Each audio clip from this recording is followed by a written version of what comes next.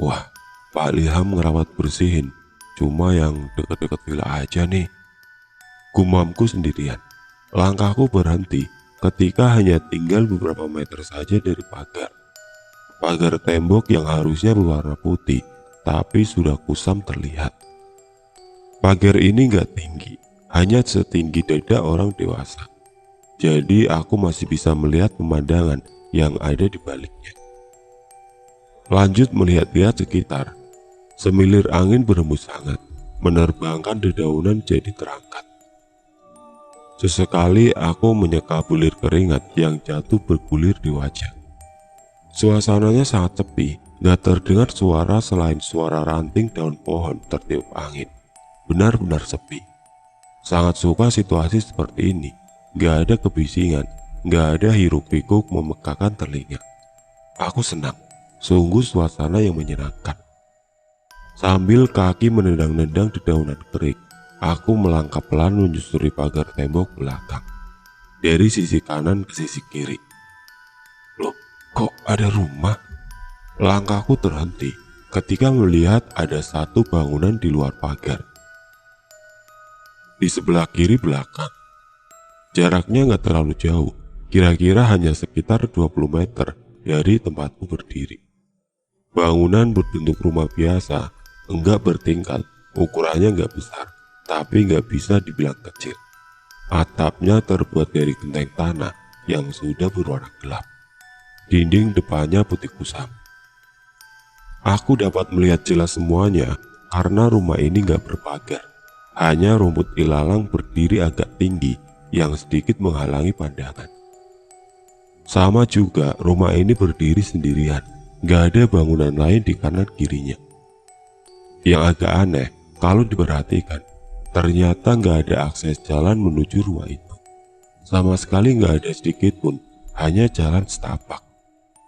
Sekelilingnya hanya rumput liar, semak belukar setinggi pinggang, seperti yang aku bilang tadi. Melihat semuanya, aku mengambil kesimpulan kalau rumah itu sepertinya rumah kosong, enggak berpenghuni.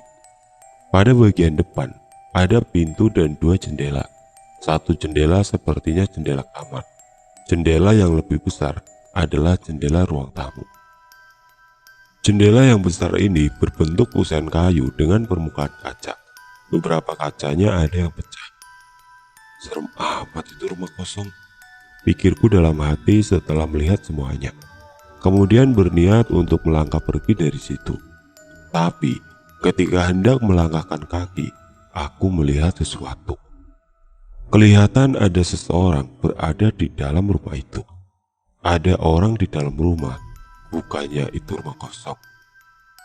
Ya, makanya aku jadi tertarik untuk memperhatikan, alih-alih pergi meninggalkan. Walaupun gak terlalu jelas, tapi aku bisa melihat ada anak kecil sedang berdiri di balik jendela kaca. Berdiri diam dengan wajah yang gak kelihatan jelas. Yang pasti, itu anak perempuan. Berpakaian terusan warna gelap, rambutnya tergerai panjang. Dia terus saja berdiri, seperti berdiri menatapku. Kami saling bertatapan, walaupun sinar mentari siang memantul dari jendela kaca. Itu siapa? Anak siapa? Ngapain dia sendirian di rumah kosong itu? Banyak pertanyaan di dalam kepala. Beberapa saat lamanya kami berposisi seperti itu, hingga akhirnya aku mendengar teriakan memanggil dari belakang. Neng, hati-hati, suka ada ular di belakang situ. Ternyata Pak Ilham. Dia ternyata sudah berdiri di belakang villa. Entah sejak kapan dia sudah berada di situ. Iya Pak, jawabku sambil tersenyum kepadanya. Beberapa detik lamanya aku mengalihkan pandangan dari sosok anak kecil tadi. Hanya beberapa detik.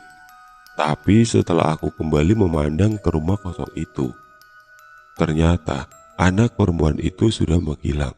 Enggak kelihatan lagi. Pak, itu yang ada di belakang rumah siapa ya? Punya pemilik villa ini juga?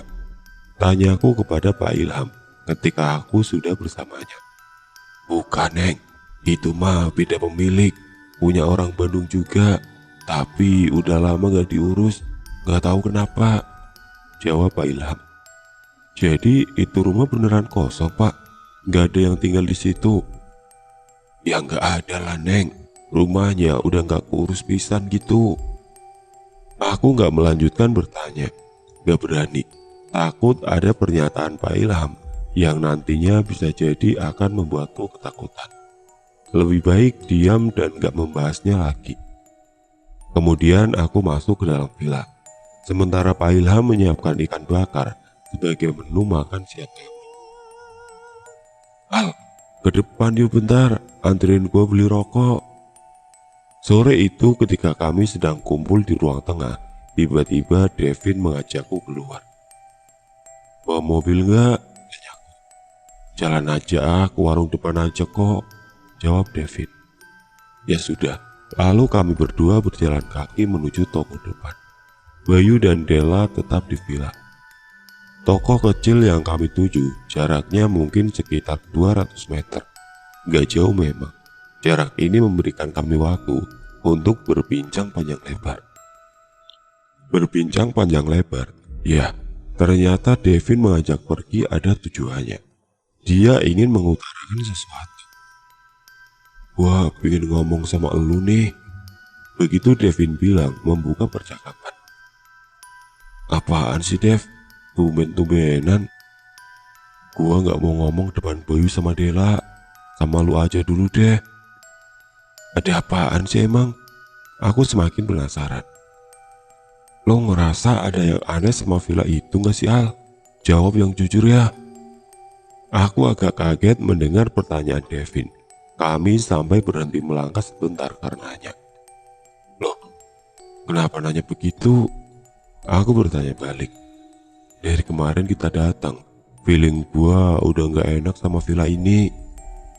Gak enak gimana? Gak enak aja, agak serem gitu perasaan. Sesampainya di toko, kami lalu duduk di warung kopi yang ada di sebelahnya. Lanjut berbincang di situ. Nah, semalam kayaknya gue lihat hantu deh Al. Begitu Devin bilang to the point. Hantu? Hantu apaan? Di mana? Tanyaku. Lalu Devin bercerita panjang lebar. Devin bilang, sepulangnya dia dari luar untuk membeli minuman bersama Bayu. Dia melihat sesuatu. Kebetulan kemarin malam, Devin yang duduk di belakang kemudi. Sesampainya mereka di depan villa, Bayu turun untuk membuka pagar supaya mobil bisa masuk.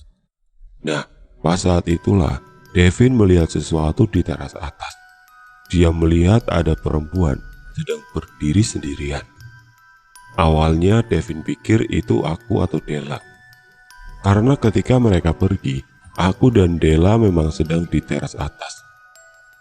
Tapi setelah lampu mobil sudah benar-benar menyorot ke depan rumah, akhirnya dia yakin kalau yang sedang berdiri itu bukan aku atau Della.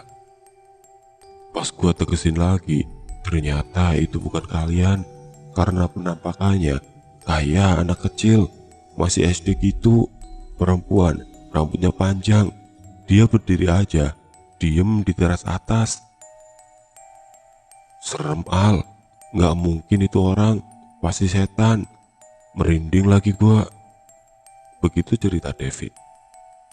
Mendengar itu akhirnya aku ceritakan semua kejadian yang aku alami kemarin dan tadi pagi.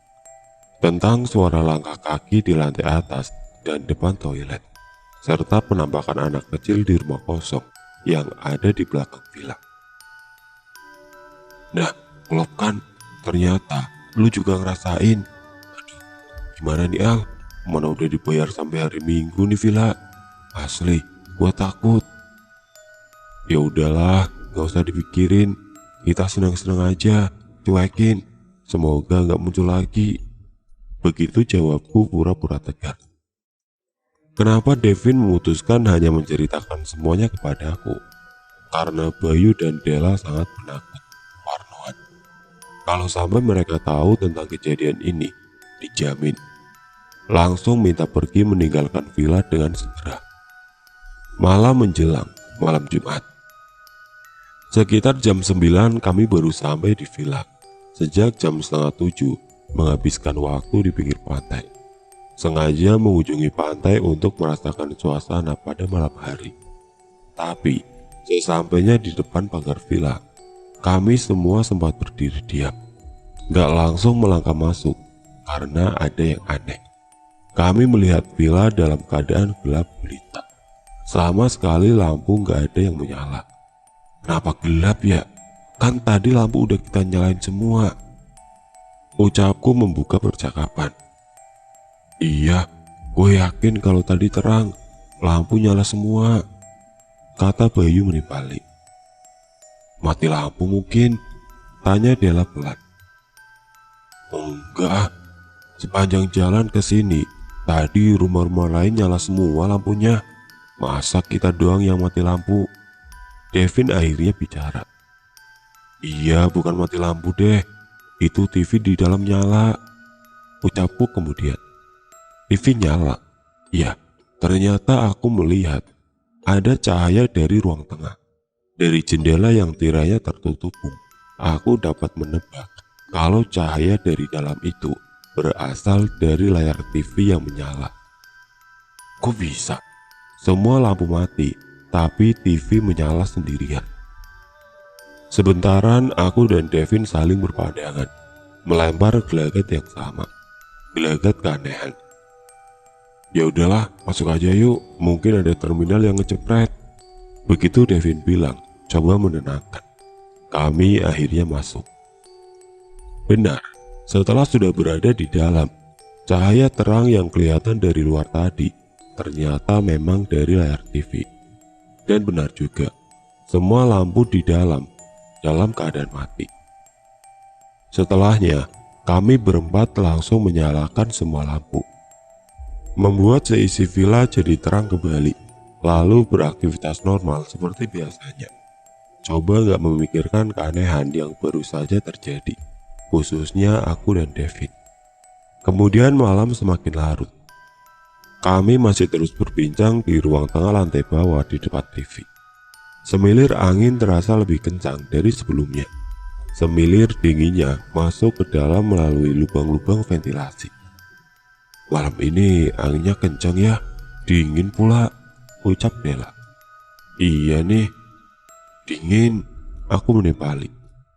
Guys, malam ini kita tidur sekamar aja ya, biar bisa ngobrol sambil nunggu ngantuk gitu,